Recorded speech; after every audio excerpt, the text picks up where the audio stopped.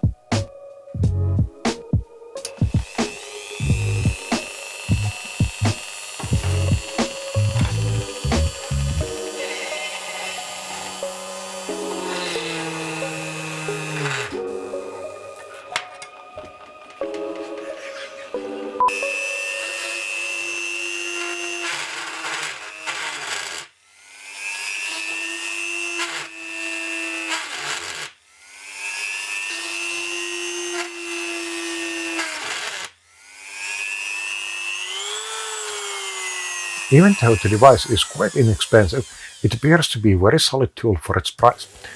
We didn't have a chance to do very thorough testing, but with our brief experience, we believe that its overall quality appears to be more than enough for most hobbyists.